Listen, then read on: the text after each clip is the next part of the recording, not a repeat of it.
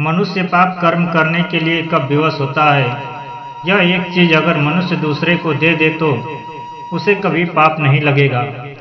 यदि इस बात को समझ गए तो कभी पाप नहीं करोगे। मित्रों, ये कहानी है एक स्त्री और एक ब्रह्मचारी की। ये कहानी आपको बहुत ज्ञान देकर जाएगी। कहते हैं कि भगवान के जो सच्चे भक्त होते हैं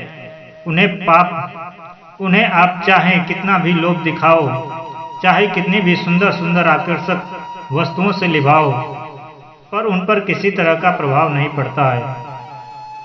तुलसीदास जी कहते हैं, विधिवत सुजन सुसंगत परहीं, हनि मन सब गुण निज अनुसरहीं। अर्थात कोई सज्जन व्यक्ति अचानक से कोई बुरे दल में फंस जाए, दुष्ट लोगों के बीच चला जाए, तो उस पर दुष्टों का कोई प्रभाव नहीं पड़ता है। जैसे सांप की मणि सांप के मुख में रहने पर भी जहरीली नहीं होती, उसी तरह सज्जन व्यक्ति अपनी सज्जनता की चमक छोड़ता रहता है। उसे कहते हैं धर्म की, सत्य की, ईश्वर की परख होना। वरना तो लोग भगवान को मानते हैं, सत्य पर चलने का ढिढोरा भी पीटते हैं। अगर कहीं कुछ लोग दिख जाए, कोई सुंदर स्त्री दिख जाए, कोई अन्य आकर्षक वस्तु दिख जाए, तो उसे पाने के लिए टूट पड़ते हैं। गुस्से में सत्य, धर्म, ईश्वर का भय उनके मन से निकल जाता है। फिर भी अनेक स्वार्थ को सिद्ध करने के लिए बड़ा से बड़ा पाप करने में नहीं हिचकिचाते। मित्रों, किसी नगर की बात है। नगर से बाहर एक कुटिया बनाकर एक ब्रह्मचारी रहता था। ब्रह्मचारी हर समय भगवान को जप तप में, शास्त्रों के अध्ययन में लगा रहता था। ब्रह्मचारी मन का बड़ा ही भोला व्यक्ति था। वो अपने भोजन के लिए अक्सर नगर में चला जाता और जहां जाता था उसे भोजन मिल जाता था और वहीं भोजन करके वापस लौट आता था। उसे संसार के सभी वस्तुओं से बिल्कुल मोह नहीं था, न किसी के धन से, न किसी के वस्त्र से। सब लोग उनका खूब सम्मान करते थे। एक दिन की बात है, ब्रह्मचारी भोजन के लिए नगर में गए थे। वहीं सड़क के किनारे नगर के एक धनी आदमी का मकान था। उसकी स्त्री बहुत ही सुंदर और रूपवान थी। उस स्त्री का पति व्यापार के सिलसिले में अक्सर बाहर जाया करता था और कई कई दिनों तक अपने घर वापस नहीं आ पाता था। और कहते भी हैं कि कुछ स्त्रियां पुरुषों के इन्हीं परिस्थितियों के वजह से अलग मार्ग का अनुसरण कर लेती हैं। वे अपने चरित्र को बिगाड़ लेती हैं। शुक्राचार्य जी शुक्र नीति में कहते हैं कि पुरुषों के इन दोषों के कारण स्त्रियां अपने चरित्र का हनन कर देती हैं। नंबर 1, पुरुष का अत्यधिक क्रोधित होने की वजह से। नंबर 2, पुरुष के नपुंसक होने की वजह से। नंबर 3, पुरुष के झगड़ालू रवैये की वजह से, जो आए दिन स्त्रियों को मारते पीटते रहता है। नंबर 4, पुरुषों में प्रेम का भाव न होने की वजह से। नंबर 5, पुरुषों को लंबे समय तक परदेश में रहने की वजह से। नंबर 6, अत्यंत दरिद्र होने की वजह से। जो पुरुष स्त्री को भोजन वस्त्र नहीं दे सकता, कई बार ऐसे पुरुषों को स्त्रियां छोड़ जाती है। नंबर 7, पुरुष को पराई स्त्रियों में अक्सर आसक्त रहने की वजह से। अक्सर कुछ स्त्रियों का मन पर पुरुषों पर चला जाता है। पुरुषों को चाहिए कि वे अपने इन्हीं कमियों को सुधार कर अपनी पत्नियों की रक्षा करें। दोस्तों, अब वही आ जाइए कि ब्रह्मचारी जब भोजन के लिए नगर में जा रहा था तो उसके सुंदर छवि पर, उसके सुंदर गठीले बदन पर उस धनाढ्य व्यक्ति के ऊपर उस स्त्री की नजर पड़ गई। ब्रह्मचारी को देखकर के वो उस पर एकदम से मोहित हो गई और एकदम से भागकर द्वार पर आई और अपने दरवाजे पर खड़ी होकर ब्रह्मचारी से पूछने लगी कि हे रूपवान सन्यासी, इधर कहाँ जा रहे हो? सन्यासी ने उस सुंदर युवती को बताया कि वो भोजन के लिए अक्सर नगर में आता रहता है और आज भी वो भोजन करने की इच्छा से नगर में जा रहा है। जहाँ कहीं उसे भोजन मिल जाए वहीं भोजन करके वापस अपनी कुटिया में लौट जाएगा। तो सुंदर स्त्री कहने लगी, अरे सन्यासी, आपके लिए भोजन को कौन भला मना कर सकता है। आज का भोजन हो सके तो आप मेरे घर कर लो। आप जैसे सुंदर तपस्वी को भोजन कराकर मैं भी अपने आप को धन्य समझूंगी। ब्रह्मचारी बहुत ही भोला था। वो उस स्त्री के मन को न पहचान सका कि वो मुझे भोजन के लिए अपने घर पर क्यों बुला रही है। ब्रह्मचारी उसके बुलाने पर उसके घर में चला गया। सुंदर स्त्री ने उसे प्रेम से बैठाकर स्वादिष्ट भोजन कराया।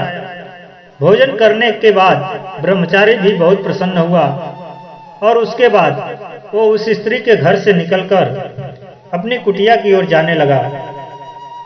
वो स्त्री बड़े प्रेम से उस ब्रह्मचारी से कहने लगी, अजी सन्यासी जी, मेरे घर में किसी तरह का किसी चीज का कोई कमी नहीं है।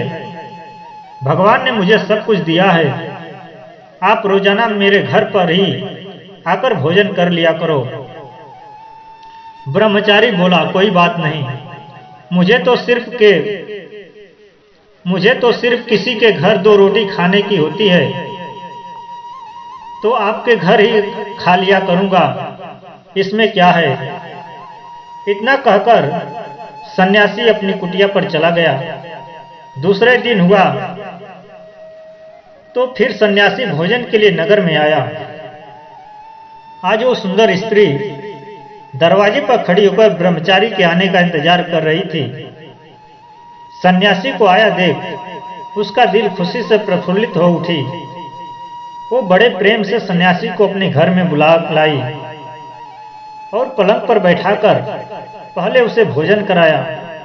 भोजन कराते समय वो बार बार उसके चेहरे को देखकर मुग्ध होते जा रही थी और हंस हंस कर सन्यासी पर अपना प्रेम जाल फैला रही थी। लेकिन ब्रह्मचारी उस स्त्री के बातों को, उसके इशारों को, उसके हाव भाव को बिल्कुल नहीं समझ रहा था कि वो ये सब किस लिए कर रही है।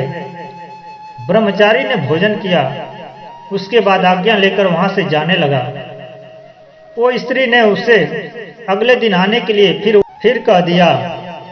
इस तरह ब्रह्मचारी ने रोज उस स्त्री के घर भोजन करने के लिए आने जाने लगा। वो सुंदर स्त्री घंटों पहले ही अपने दरवाजे पर आकर बैठ जाती थी और उसके आने का इंतजार करती थी। जब वो आ जाता था तो प्रेम पूर्वक वो उसे घर के अंदर बुला ले जाती थी और आदर पूर्वक उसे भोजन कराती। वह स्त्री उस ब्रह्मचारी के रूप पर ऐसी मोहित हो चुकी थी कि उसे देखने के बिना उसे चैन नहीं पड़ता था। रात रात भर उसके ख्यालों में खोई रहती थी। दिन निकलने पर भोजन बनाकर रख लेती थी और दरवाजे पर बैठकर उसके आने का इंतजार करती थी। कभी कभी मन में ये सोचती थी कि कहीं ब्रह्मचारी जी आज किसी और के घर भोजन करने न चला जाए। एक दिन ब्रह्मचारी को भोजन करा रही थी तो उसके मन में आया कि ब्रह्मचारी किसी तरह उसके प्रेम को समझे और उसके साथ प्रेम करे।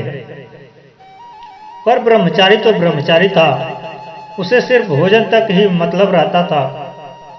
उस स्त्री ने उसे लुभाने के लिए अनेकों प्रयास किया, कई प्रेम कहानियां सुनाई, स्वयं अपने को सजाकर उसके सामने पेश हुई, पर ब्रह्मचारी उस पर उसके प्रेम का कोई प्रभाव नहीं पड़ा। वो इतना भोला था कि इशारों को समझ नहीं पा रहा था, उल्टा उसे उपदेश देने सुनाने लगता था। वासना के अंधे को भला उपदेश से क्या लेना देना। कहते हैं कि कामी, मूर्ख और स्वभाव का शत्रु को उपदेश का कोई असर नहीं पड़ता। कई दिन हो चुके थे, ब्रह्मचारी उस स्त्री के प्रेम जाल में अब तक नहीं फंसा था। वो स्त्री बड़े परेशान थी कि किस तरह मैं इसको अपने मन की बात बताऊं। फिर ब्रह्मचारी उसे उसके एक दिन की बात फिर ब्रह्मचारी से उसने एक दिन एक बात कही कि हे सन्यासी, आप तो भगवान के भक्त हैं और सबका भला करने वाले हैं। परमार्थ करना आपका कर्तव्य है। इसलिए मैं आज आपसे कह रही हूँ कि आप मेरी भी एक इच्छा पूरी कर दो। मैं बहुत दिनों से बेचैन हूँ और खुलकर आपसे कह नहीं पा रही थी। ब्रह्मचारी ने कहा, हाँ हाँ क्यों नहीं, आप बताइए तो सही, आपकी क्या इच्छा है। ब्रह्मचारी के इस प्रकार पूछने पर स्त्री को लगा कि वे इसके बात को समझ चुका है, इसलिए स्त्री ने फिर से उसके संकेत में ही कहा कि हे सन्यासी, मुझे आपकी आंखें बहुत अच्छी लगती है, इसलिए मैं आप पर मोहित हो गई हूँ। मैंने आपसे सब कुछ सच सच कह दिया, अब आप मेरे मन की इच्छा समझकर उसे पूरा कर दो। बस यही मेरी आपसे विनती है। उस स्त्री के ऐसे प्रेम भरे वचनों को सुनकर ब्रह्मचारी बोला कि आप निराश मत होइए, मैं आपकी इच्छा अवश्य पूरी करूंगा। इतनी बात कहकर वो अपनी कुटिया पर चला गया। इधर वो स्त्री मन ही मन सोच सोच कर बहुत प्रसन्न हो रही थी कि कल सन्यासी उसकी इच्छा जरूर पूरी करेगा। कल मैं उससे प्रेम विहार करके सुखी महसूस करूंगी। सारी रात उसे नींद नहीं आई। सोचती रही कि दिन निकलने दो, मैं अपने आप को खूब सजाऊंगी, सुंदर सुंदर वस्त्र आभूषण पहनूंगी। जब वो मुझे देखेगा तो आकर्षित होकर मुझसे लिपट जाएगा। मित्रों, सवेरा हो गया।